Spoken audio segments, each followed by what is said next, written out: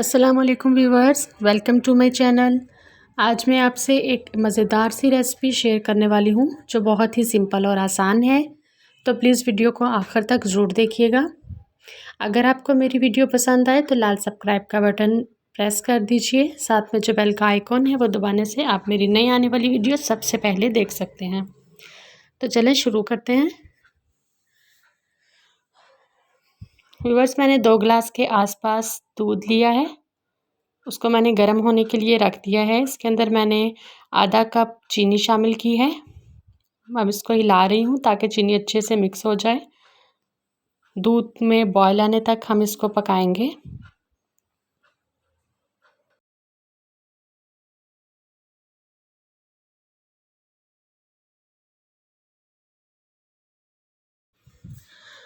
देखिए व्यूवर्स, दूध में बॉयल आने के लिए रेडी है। तब तक हम आधा या पौना कप के करीब ठंडा दूध ले लेंगे। या आप नॉर्मल टेम्परेचर का दूध भी ले सकते हैं, लेकिन गर्म नहीं होना चाहिए। अब दूध को किसी बाउल में डालकर इसमें 5 से 6 चम्मच कस्टर्ड पाउडर शामिल करेंगे। आप किसी भी फ्लेवर का कस्टर्ड ले सकते हैं। मैंने मैंगो फ्लेवर का कस्टर्ड लिया है। अब इसको अच्छे से मिक्स करना है। ये देखें, ये मैंने बहुत अच्छा सा इसको मिक्स कर लिया है।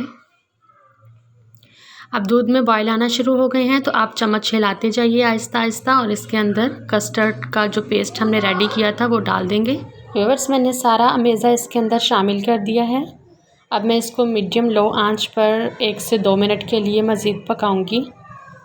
आप इस पॉइंट पर अपना मीठा चेक कर सकते हैं। अगर आपको कम लग रहा है तो आप थोड़ा सा और शामिल कर दें। ये देखें, ये एक थिक सा कस्टर्ड बना है। हमें इतना ही चाहिए, इससे पतला नहीं होना चाहिए, ना ही इससे ज़्यादा थिक होना चाहिए, फिर अच्छा नहीं लगेगा। व्यूअर्स, 1-2 मिनट हो गए थे, मैंने इसको चूल्हे से उतार लिया है। अब मैं इसमें मुसलसल आहिस्ता आहिस्ता चम्मच हिलाती जाऊंगी और इसको ठंडा कर लूँगी थोड़ा सा।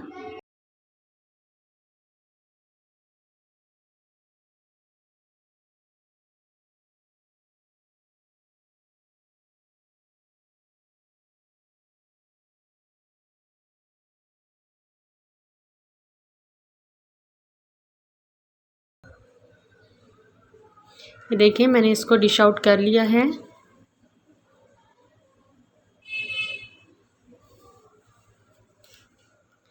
बस ये मैंने जेली बनाई है कस्टर्ड पे लगाने के लिए। ये मैंने पहले से ही बनाकर फ्रिज में रख दी थी ताकि ये जम जाए। अब हम इसको गार्निश करेंगे। कस्टर्ड को आप किसी भी तरह से गार्निश कर सकते हैं। आपके पास अगर सांचे हैं तो आप उनकी मदद से काट कर लगा दें, पर मैं ऐसे ही लगा रही हूँ। जैसे आपकी मर्ज़ी है आप गार्निश कर सकते हैं।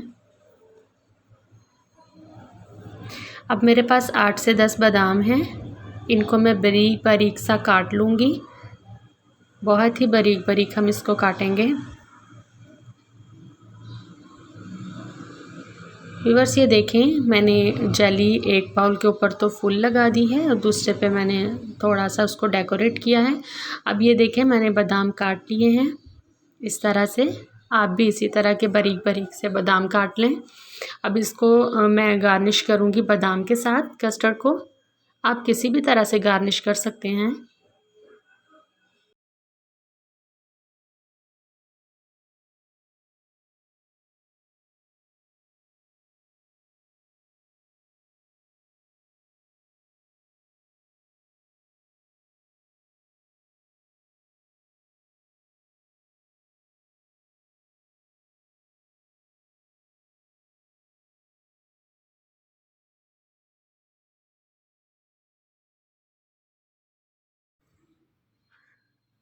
ये देखिए व्यूअर्स, मैंने बादाम से दोनों बाउल्स को गार्निश कर लिया है।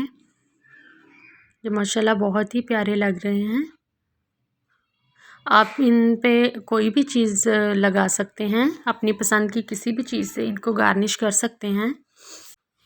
लेकिन अगर आप ऐसे ही रहने दें तो भी बहुत ही मज़े का फ्लेवर लगेगा। मैं इसके ऊपर एक और चीज़ ऐड करूँगी। ये देखिए व्यूअर्स, मेरे पास कुछ बिस्किट हैं। ये मैंने बटर बिस्किट लिए हैं, आप कोई भी बिस्किट ले सकते हैं। ये कस्टर्ड पे इनका टेस्ट बहुत ही अच्छा लगता है